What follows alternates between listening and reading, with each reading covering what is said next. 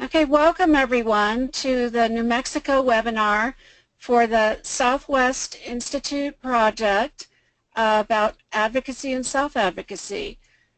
Our webinar today is called Fundraising and Fundraising, How to Find Grants and Other Opportunities, presented by New Mexico Allies for Advocacy Incorporated, which is a nonprofit made up of people who have disabilities advocating for people with disabilities. And we're in partnership with SWI, the Southwest Alliance Project. And today is January 4th, 2017. Happy New Year's, everybody. Next slide. So let me introduce who we are. We are Southwest Institute for Families and Children. We're a nonprofit organization out of Phoenix, Arizona. And we have a project under a grant from the Administration on Intellectual and Developmental Disabilities. And this project is called the Southwest Alliance. And we are right now in year 3 of the project. We have some goals, and the goals are that we share information from state to state about self-advocacy. We create video blogs, which are available on our website at swifamilies.org. We have webinars, such as the one you're attending today, about strengthening self-advocacy organizations. And we work on creating sustainability and recruitment plans for nonprofit organizations, or for organizations, that work with self-advocates. And so today we give the mic over to the New Mexico team. You want to introduce who's part of your group? Yes, we're the New Mexico team on the project, and my name is Nat Dean, and I live in Santa Fe, New Mexico, and there's a photograph of me right underneath my name of myself and my beige Labradoodle service dog, whose name is Tommy. And he assists me with a variety of different aspects of my life because I have a traumatic brain injury that I sustained about 33 years ago. And next we have Lindsay Sloan. Thank you, Nat. I'm Lindsay Sloan. I'm the middle picture, and in the picture is me, and then my recently retired guide dog named Chantal. I didn't have the heart to take her out of the picture because she's adorable. And our third member on this slide who was unable to be here today is Mariella Pehen. And Mariella and I both live in Albuquerque, New Mexico. Next slide, please. And Mariella works with Parents Reaching Out. Thank you for that. And these are our other 2 team members. On the left, we have Esther Trujillo. She is a self-advocate, and I believe she is president of the People First chapter in Gallup, New Mexico, which is northern, in the north of the state. And our other team member is Cynthia Berkheimer, and she lives in Albuquerque, and she works for the EPC. Next slide. And the Center for Self-Advocacy. Yep. Yep. All right, so your group has a bright idea, but it takes connections and money to make it happen. What do you do? Next slide.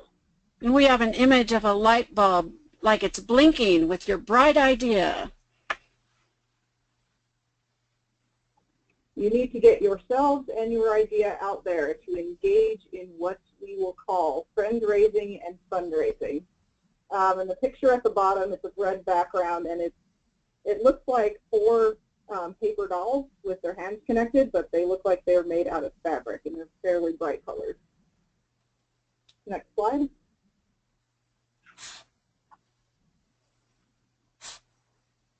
First, what do we mean by friend-raising?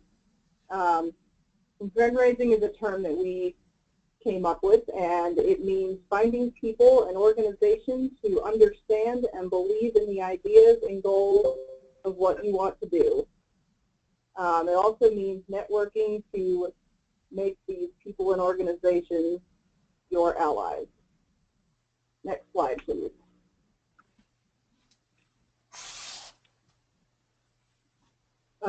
Fundraising includes finding others who will share in your vision, who will believe in your project, who will want to be a part of your project, and who will want to see you succeed.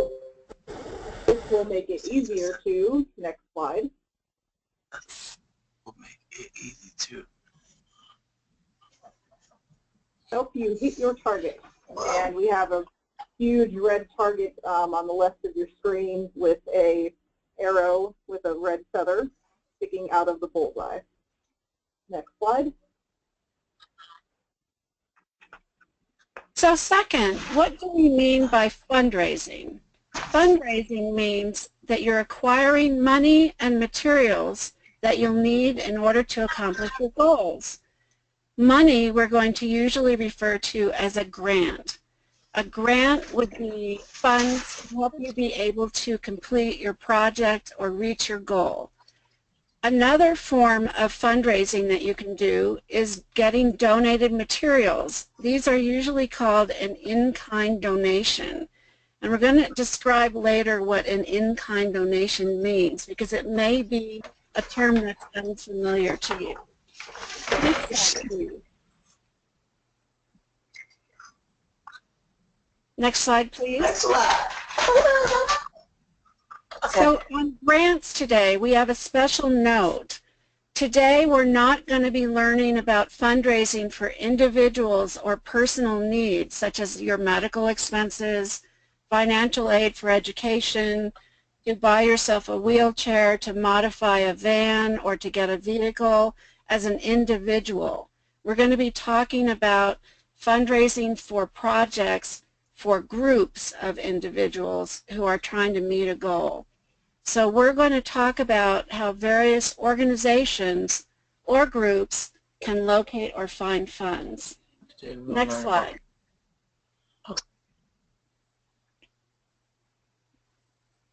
So grants, what types are there?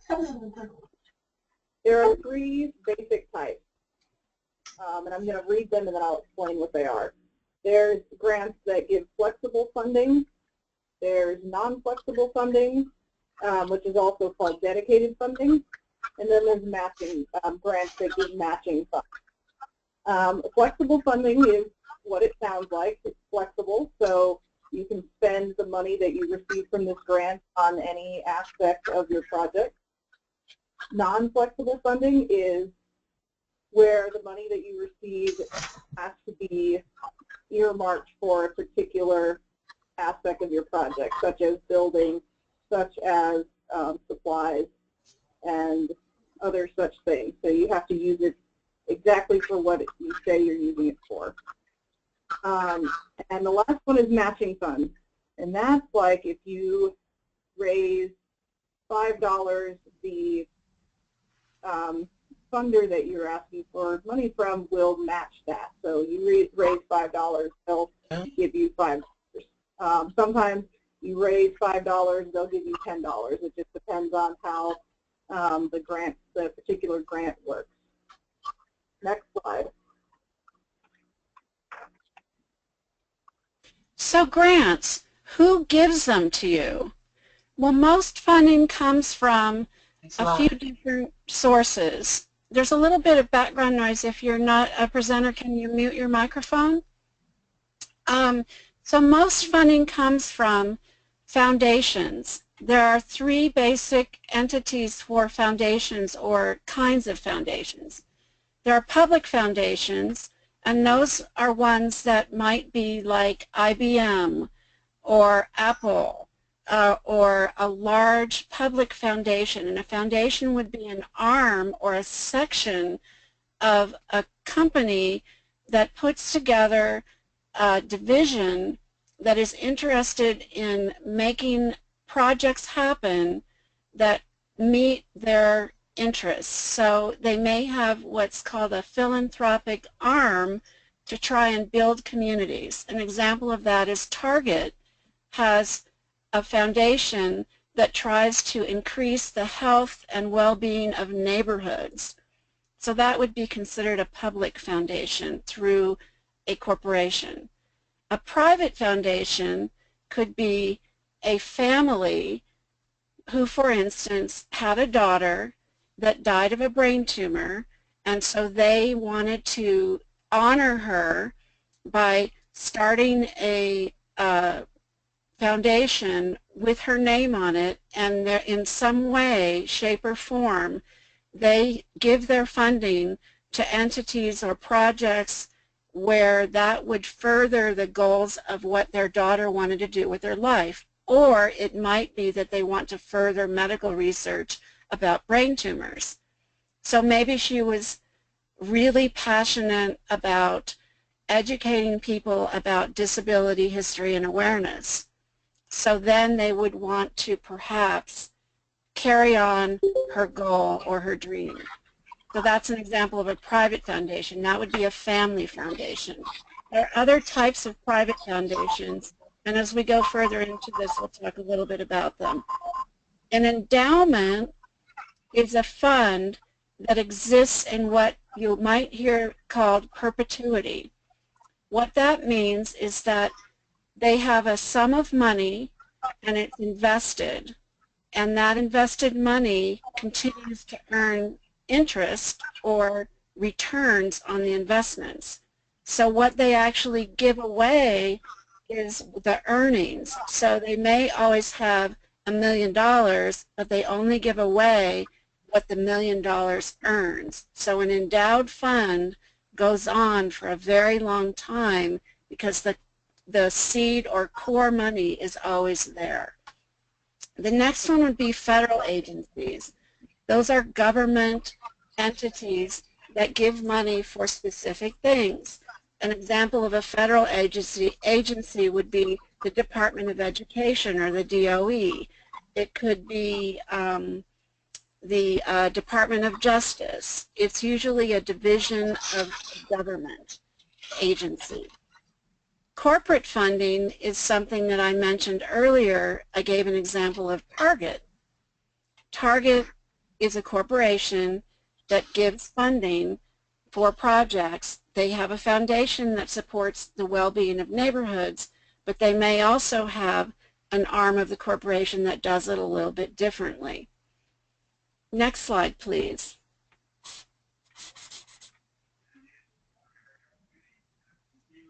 So Lindsay, take it away. Oh, sorry. Thank you, Nat. So who can receive grants? Usually recipients are, number one, a nonprofit organization or a 501c3, which I believe we had a webinar about that, which was wonderful. Number two, a group that is working with or under a nonprofit organization that agrees to funnel grant funds directly into a specific project or act as a physical agent. An example of that, in our case, is the Arc of New Mexico is our physical agent for the funding from this SWI project. So the funds from SWI goes to the Arc of New Mexico, and the Arc of New Mexico funnels that money to Allies for Advocacy so that we can bring this webinar to you today. Next slide.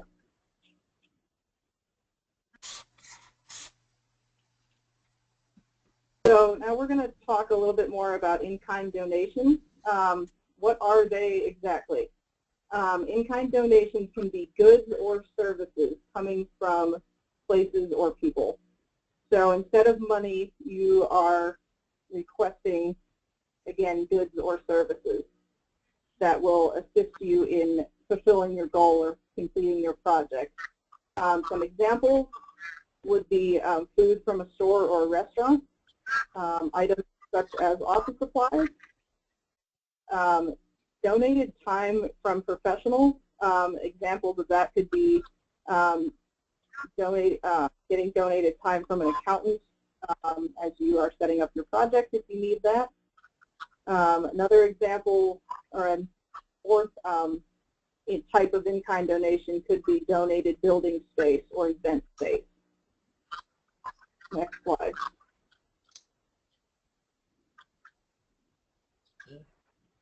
So to find the right grant opportunities, you need to do your detective work carefully. And there's a picture, a cartoon picture of a detective-looking fellow in his trench coat holding a magnifying glass to track the tracks of who he's following, and they happen to be paw prints, which is very appropriate since Lindsay and I both use service animals. Next slide, please.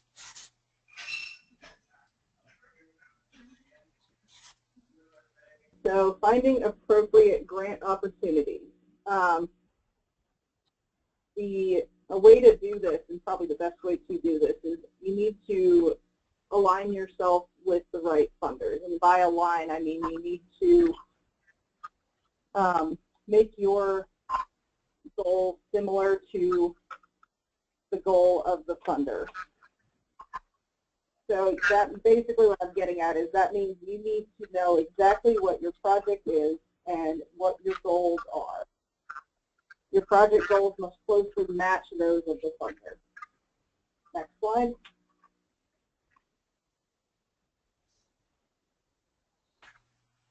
So you need to do your homework.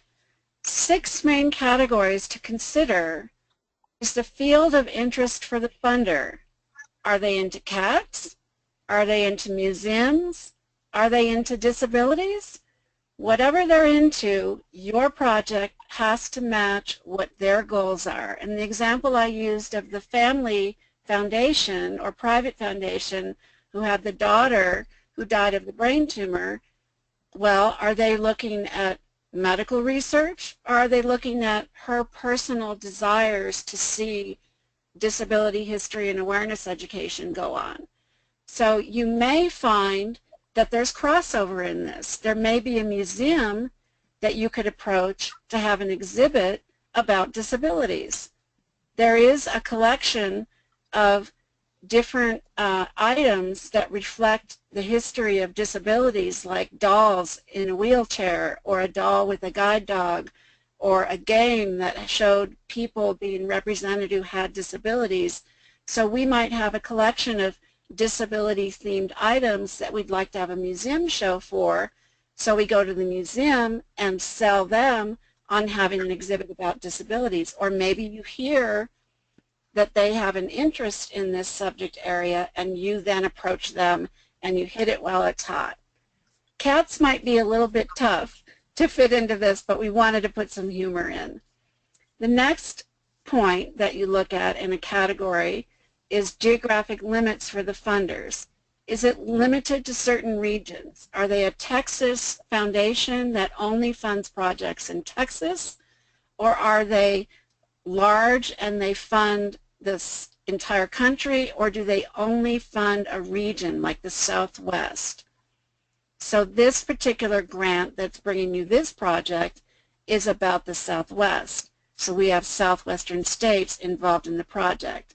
New Mexico is not the only state involved in this project. We have a total of 4 states. So that would be a geographic limit of the Southwest region. Next one is the type of support. Are you looking for seed money? Seed money is just like it sounds. You plant the seed and you get started and you're growing from the ground up. Some grants are not going to be available for seed money because they want to see your organization have a history that you've done something before already and been successful. So they don't want to help you get started. They want to see you already being successful and moving forward. Might it be the type of equipment for, might it be the type of support for equipment, like buying equipment that will allow you to reach your goal? Or would it be funding to build a building? They sometimes call that bricks and mortar funding. It might be to rent space in a building, and that would be more project related than building a building related, or not bricks and mortar. So when you hear bricks and mortar, that's about creating a space versus renting a space. You don't want to ask them for the type of support that they're not offering for that project. Next slide, please. Next slide, please. So the remaining 3 categories, we're looking at the type of recipient. The recipient is the entity or person that's working with a group that's going to receive the funds.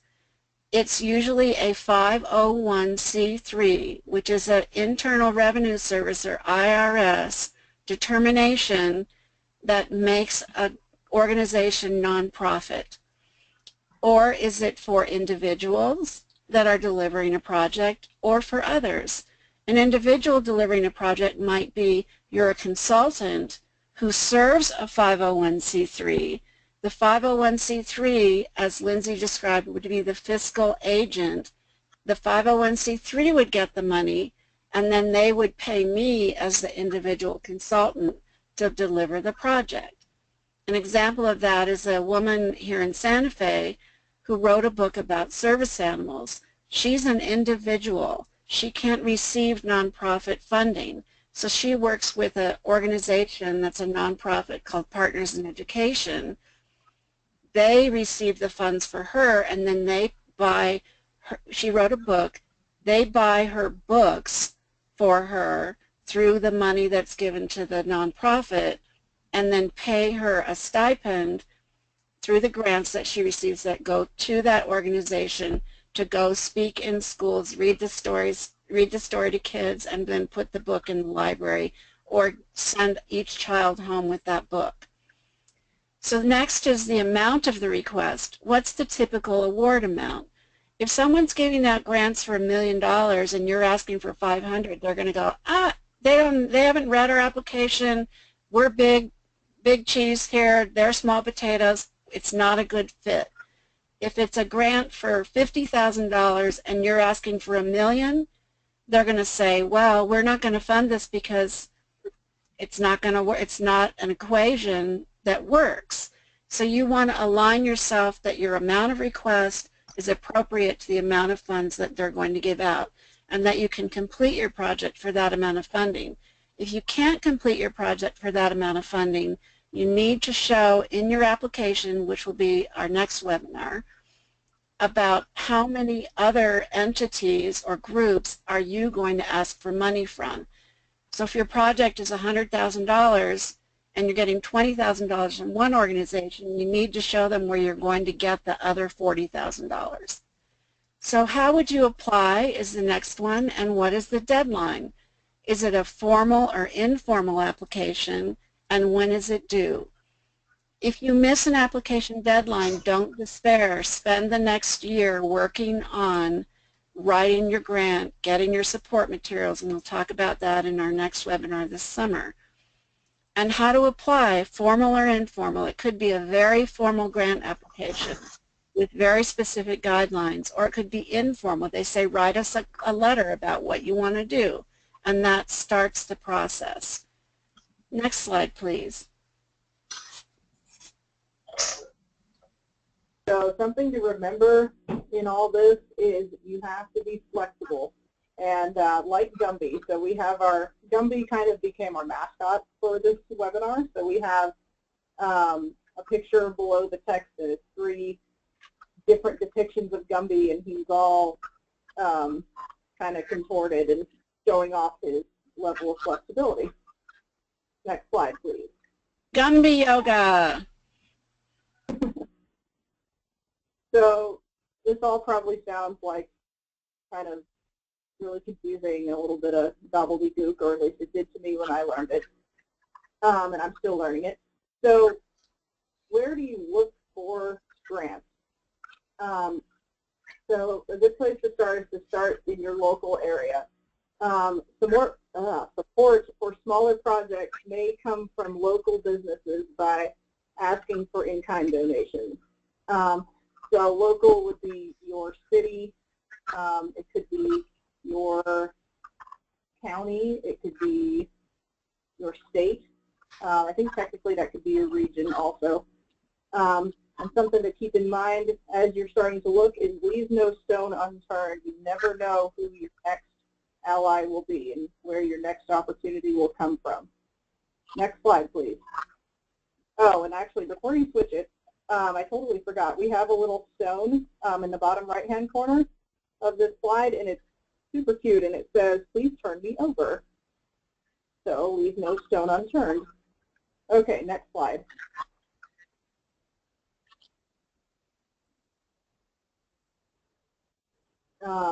Again, starting locally. Another place to look is with professional trade or professional associations. This is a great place to check for smaller type projects. These are, and this is something that I've learned, it's good to know. Professional associations are groups whose members seek to further the development and position of their profession. So that's a really fancy way of saying it's a group of professionals that are in the same field that want to further their field. So examples of that could be the American Psychological Association, which is one I'm familiar with from school, American Medical Association, and another one that's a little kind of random and not necessarily relevant to this, but it's funny, is the Hairdressers of America. Going to these organizations, if they are aligned with what your project is trying to do, they will be they'll be likely to want to help you with your project. Next slide, please. Another example about professional and trade associations is, it sounds kind of far-fetched, like Hairdressers or Cosmetologists of America. Let's say that you wanted to do a fundraising event where you gave haircuts for a donation, and that would further the work of your organization or further your project. You could approach them and say, how about your members come to our space and give free haircuts? You can give out your cards, you can advertise what you do, they may come back to you if they like the haircut they got, and the $5 donation for the haircut goes into your project. So that sounds a little far-fetched, but these things happen all the time. So where do you look next? You can get in-person help with online research. And why we're talking about getting in-person help with online research is there's quite a bit to learn about doing this type of research. And some of the online resources that are actually the legitimate ones, there's a cost to do that research, to sign in to the more full and robust networks. The one that we're going to talk about today is one of the best ones and the most legitimate one, or the most honest, and it's called the Foundation Information Network. And the Foundation Information Network has locations at 450 plus centers in the United States. And this map that I'm showing you is off of their website. That's an interactive map, so you could go to this map and click on your particular region, and that would show how many of these information centers are in your region. You can click even further and find out exactly where it is in your city, or you can enter a search into a search window, the name of your city or town, and find out where the Foundation Information Network location is. They used to be called the Foundation Center Cooperating Collections, and they had everything in books and in directories because we didn't have computers a long time ago. But what they've done is taken all of this material, put it online, and you can go to this place and someone will physically assist you in learning how to do the online research, finding out all the different places that give out funding. And this interactive map is located at www.grantspace, GRANTSpace.org/find, F-I-N-D, -US, or us. So www.grantspace.org/find-us. Next slide, please. So where do you look next in doing your online research? you can find through the network that I described earlier, the foundation directory, which is online and lists more than 140,000 types of funders with a cross-reference index. A cross-reference index means I can look up my state, New Mexico, and then I can look up what my subject is, which would be disabilities, and then I can find who would fund disability issues in the state of New Mexico. So you have two different topics that you're looking under to find the golden egg. So you need to be that detective. There is a fee to use this online directory. They pay by the year or by the month, which you can do too, but if you go to an information network location, it's free to use it. In Santa Fe, New Mexico, the location for the information network is at the state library, and they have a dedicated room for funding research. Next slide, please.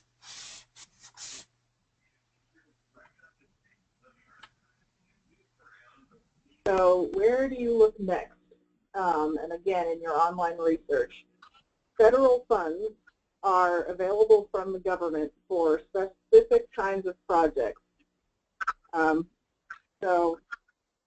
where to find those? You can check free listings at www.grants.gov. And something really important when you're looking up these websites, always, always, always make sure that the link ends in .gov, because if it's a .gov website, then it is connected with the government.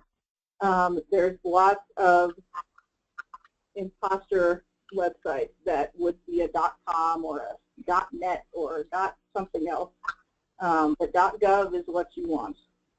Next slide, please.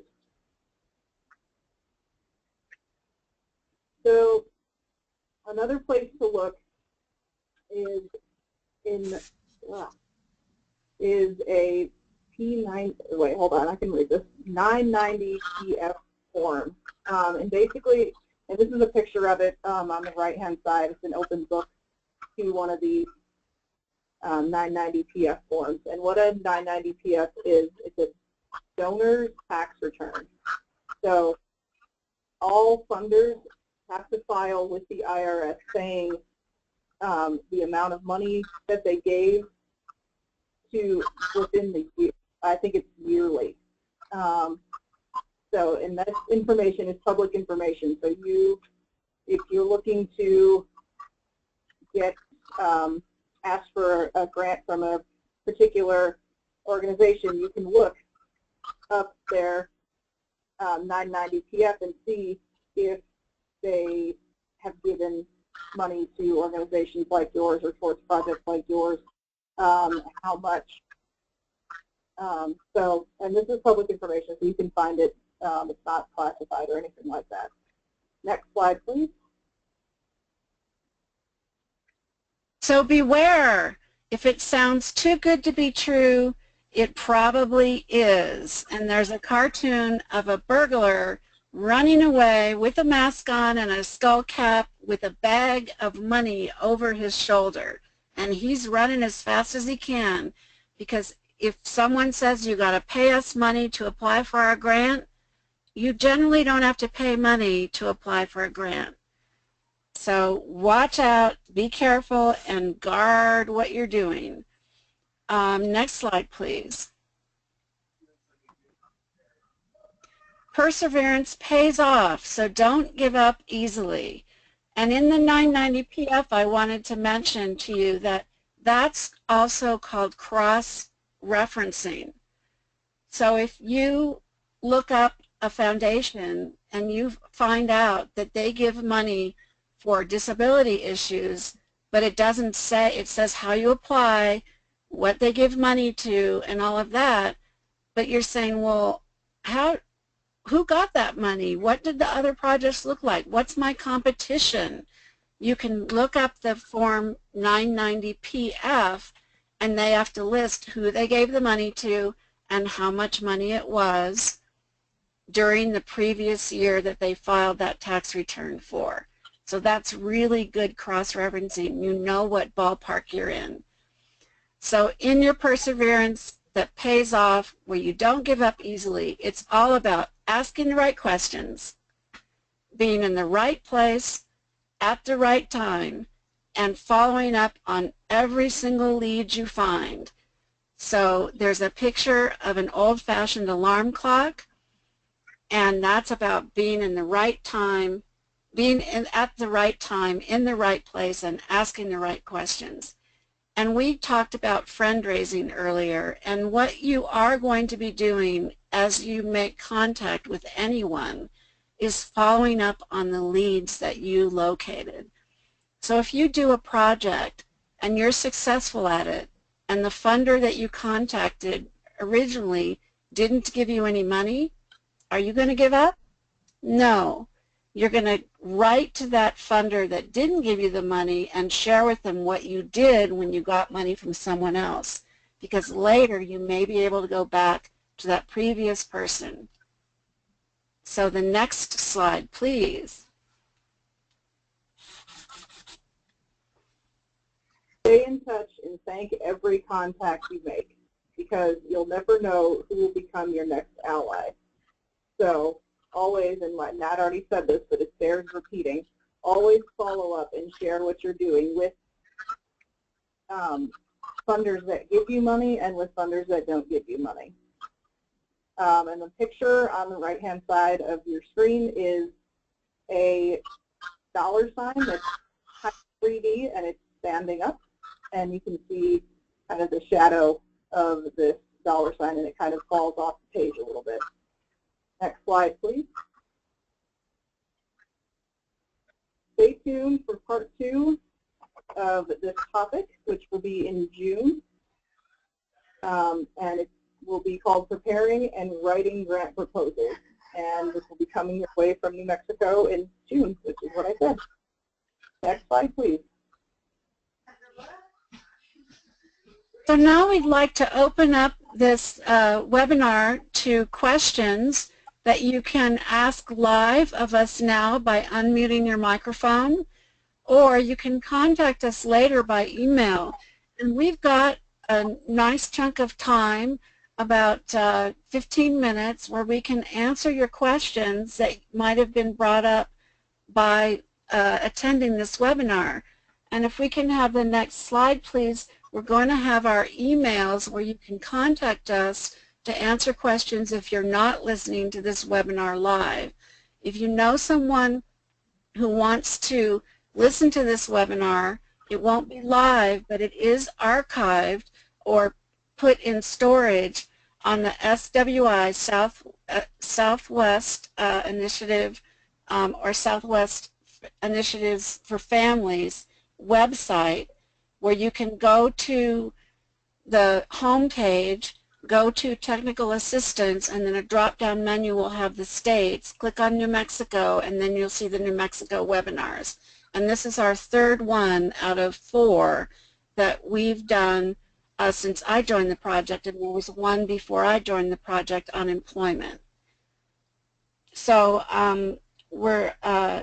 Lindsay will read off our emails in a little bit, so that people who can't read this will know where to reach us. And now we're going to start with questions and answers. Does anyone have a question? You can type it in, or you can speak it. There was a question wondering if there was captioning for this if you are deaf or hard of hearing. And I don't know whether captioning can be added to this or not.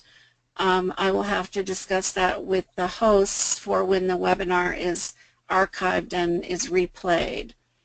Does anyone have a question? It'll go up on YouTube, and YouTube sometimes can caption.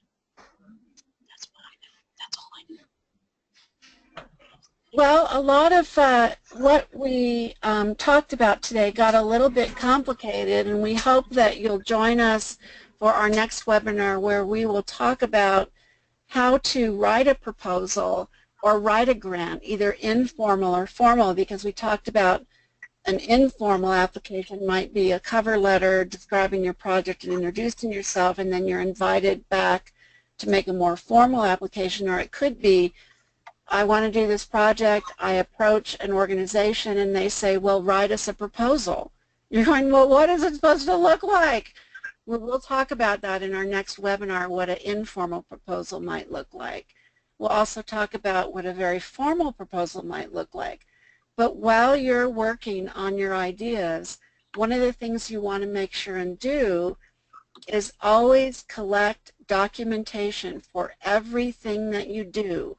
Because when you write a grant application, you need, as we talked about earlier, you need to show evidence of your success at similar activities. So if you do an event and you have a flyer, you want to have a copy of that flyer because it may be required in your application as what's called an attachment. Kind of like if you write a cover letter to someone about your job, applying for a job, what do you include with that? Your resume, because it says what you've done. So that's an example. We have an answer from our host. The webinars are put on the YouTube channel, which has closed captioning. And stay tuned for that feature, and you will be able to listen to the webinar, view the webinars with closed captioning. So you really want to collect evidence of your successes. And you may think your flyer doesn't look so fancy, but that's your start. If you get funding from someone, you can do a fancier flyer and have a bigger, more successful event. If you don't have an example of what you've done, what you can sometimes use is an example of what someone else has done and talk about how you're going to do it better, so you would fulfill what we would call an unmet need. You would fill in the blanks that their project did not provide. Any questions?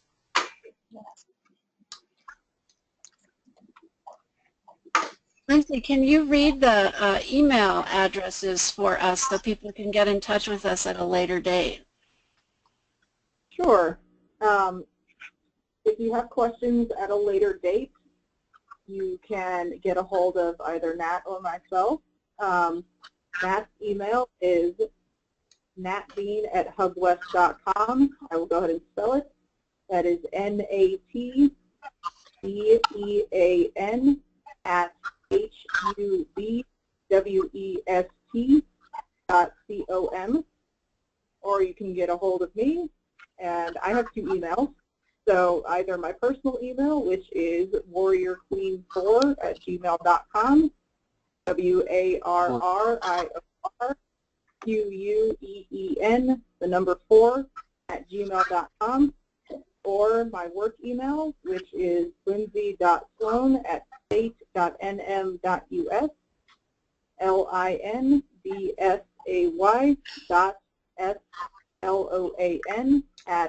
lindsay.sloan@state.nm.us. And on this slide, we've got our Gumby mascot here on the left side, and he's a little twisted, and he looks quite pleased with his flexibility in this picture. And then above that, we have our Allies for Advocacy logo. The top of it says New Mexico Allies for Advocacy, Inc. And then the picture itself is a roadrunner, and he's holding a little clump of red chilies in his beak. And it says, if there's a will, there's a way. That's kind of our slogan. And then the upper right-hand corner, we have the New Mexico flag, which is yellow, and then it has a red Zia symbol, which kind of looks like a cross with the middle cut out, and the middle of it is yellow.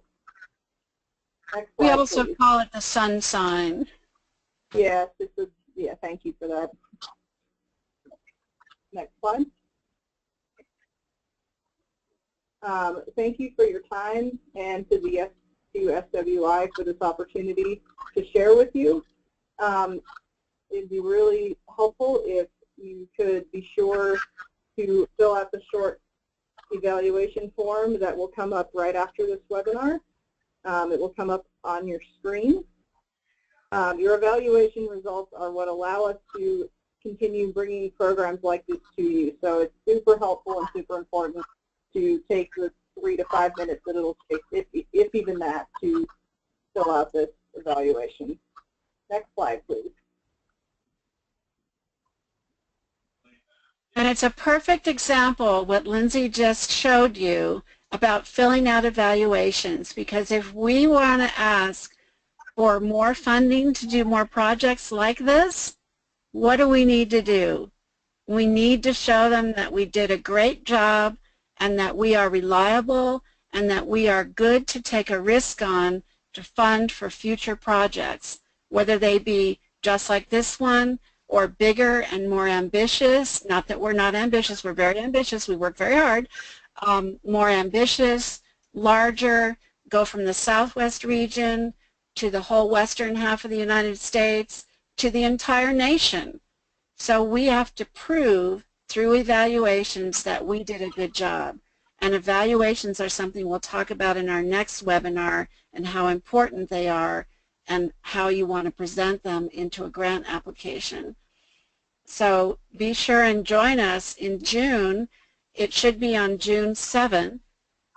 We don't have the time yet, but you will get an email announcing when you can register, and register early, because we have a limited number of slots for the live webinar for our next webinar, which will be on grant and proposal writing. So today we'd like to thank all of the cooperating partners on this grant project that brings you these webinars, that recruits youth to join in on the project, that brings together the region, all of the things that George described when he introduced the project. So we'd like to thank the Southwest Alliance Technical Assistance Center. The main contact there is Juliana, and she is located at her email, which is j.huerena,